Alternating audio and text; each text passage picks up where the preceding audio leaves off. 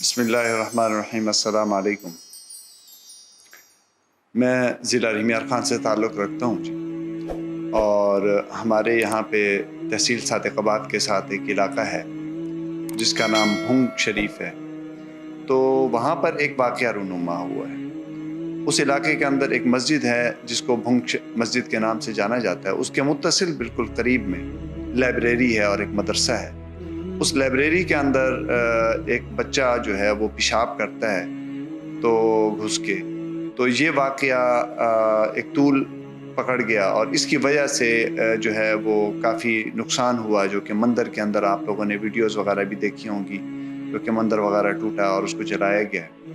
تو اصل میں یہ واقعہ ہوا کس طرح سے، تو حالانکہ مجھے بھی کہا گیا تھا کہ بھئی آپ آئیں اور دیکھیں اس کو کس تناظر میں لینا ہے، لیکن میں نے ایکسکیوز کیا اور میں اس سے دور رہا، اس لیے کہ تحقیق کرنے کے لیے کہ بھی ایک بات کو میں جانچ لوں، دیکھ لوں، پھر اس کے بعد میں اس کے اوپر جو قدم ہوگا اٹھائیں گے۔ لیکن اب میں آپ کو تھوڑی سی کہانی بتاتا چلوں۔ یہ واقعہ ہوا اس طرح سے ہے کہ جو وہاں کے نائب امام ہیں اس مسجد کے، انہوں نے جو تھانے میں جو بیان ریکارڈ کرایا ہے انہوں نے یہ کرایا ہے کہ جی بچہ جو ہے وہ کھڑکی توڑ کے لائبریری کے اندر داخل ہوا اور وہاں پیشاب کر رہا تھا، اور میں نے جا کے اس کو پکڑنے کی کوشش کی تو جس سے وہ وہاں سے بھاگا ہے، اور پھر ہم نے FIR کٹوا دی ہے۔ اور تو یہ پہلا موقف ہے۔ جو دوسرا ہندو برادری کا جو موقف ہے، اس میں یہ ہے کہ جی ہمارا بچہ جو ہے کھڑکی آلریڈی ٹوٹی ہوئی تھی اور ہمارا بچہ اندر گیا ہے، اور اس نے وہاں پہ جیسے وہ اندر داخل ہوا ہے تو قاری صاحب نے اس کو ڈانٹا ہے۔ اس ڈانٹ کی وجہ سے، وہ ڈر کی وجہ سے وہاں پہ اس کا پیشاب نکل گیا، اور جس کی وجہ سے وہ پھر بھاگا وہاں سے۔ تو موقف دونوں کا ایک ہے، لیکن معاملات جو وجہ ہے وہ الگ الگ ہے، کہ اس کے اندر ایک کہہ رہا ہے کہ کھڑکی توڑ کے داخل ہوا ہے، دوسرا کہہ رہا ہے کہ کھڑکی ٹوٹی ہوئی تھی۔ بہرحال یہ ایک وہ ہے، اس کا میری تحقیق سے میرا کوئی تعلق نہیں ہے۔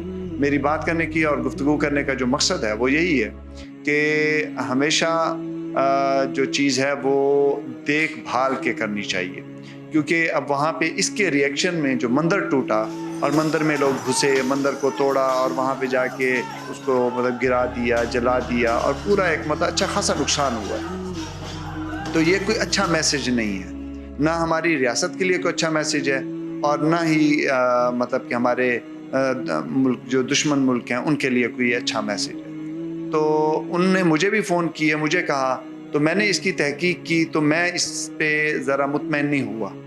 تو وہاں پر جو ہے زیادہ تر جو کراؤڈ آیا ہوا تھا، جو وہاں پہ لوگ آئے ہوئے تھے، وہ اسی علاقے کے ہی تھے، جو کہ بلکہ اس علاقے، اس شہر کے کم تھے، جو کہ باقی ارد گرد کے گاؤں وغیرہ کے وہاں کے لوگ تھے وہاں پہ۔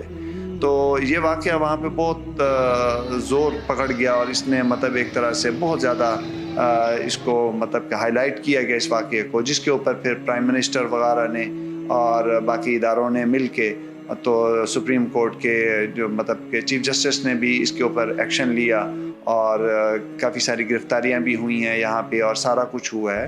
تو میں بھی اس بات کی مذمت کرتا ہوں، اور میں یہ کہنا چاہوں گا، جو میرا میسج دینے کا مقصد تھا اور یہ ویڈیو بنانے کا مقصد تھا، وہ یہ کہنا ہے کہ انسان کو ہمیشہ سیدھا راستہ لینا چاہیے اور تحقیق کا راستہ اپنانا چاہیے، کیونکہ ہماری شریعت اور ہمارا جو اسلام ہے وہ بھی اس چیز کی اجازت نہیں دیتا کہ بغیر تحقیق کے کوئی بات کی جائے۔